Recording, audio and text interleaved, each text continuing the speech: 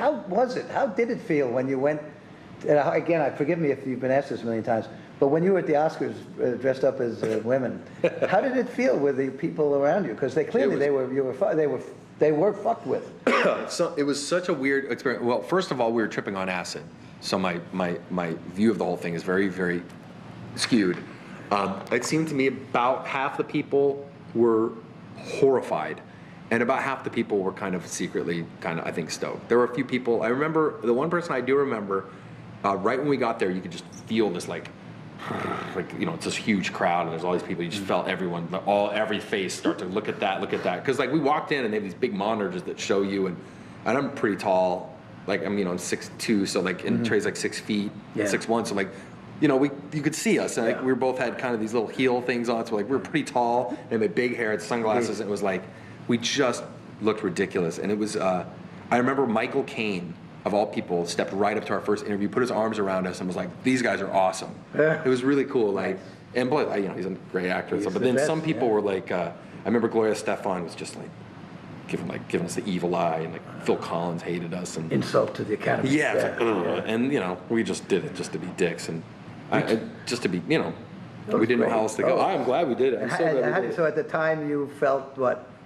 How would you describe your feelings? Was it just, well, of course you were on acid. So. We were on acid, so like I remember thinking kind of it, and this is why we took the acid, it kind of all made sense. I sat there and I was like, it's all right. And then we went and won the awards for an hour, waited till Trey lost to Phil Collins, went to the bathroom, changed into suits, and went out to dinner, and then went to the party, so we had a really good time.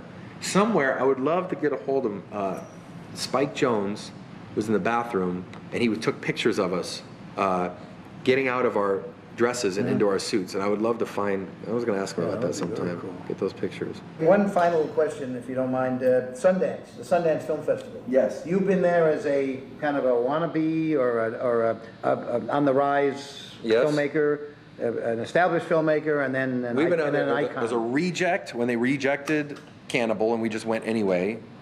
That was in 92 or 3, probably 93, where they didn't accept Cannibal. We just went and crashed it before Sundance was there. We went, when Spirit of Christmas got big, before South Park hit, they all of a sudden wanted Spirit of Christmas in one of their shorts programs, so then we went as like the best looking girls in town, and then we went with Orgasmo, because they let Orgasmo screen there. And I haven't been back in 5 years. I have no desire or reason to go. What do you mean? Is your view of Sundance? I mean, you guys. Yeah, you guys turned me. I mean, we started that Trauma Dance thing. Yeah, I mean, there's a time, there's a place for it. I mean, it's fun. Like we had a lot of fun, but it's just. I mean, it just shows you is like when we needed. Your opinion of it. No, not really. When we needed when we could have not needed, but when we could have really used Sundance, we really were independent filmmakers. They rejected our.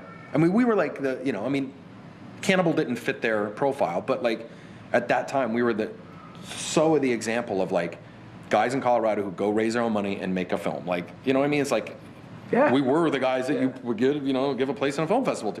And then when they went at Spirit of Christmas, it was after we were already big hits. We didn't need their help. And then the Orgasmo, it's like, well, give our spot to somebody. This like Orgasmo is going to be seen. It's not going to have a problem. So.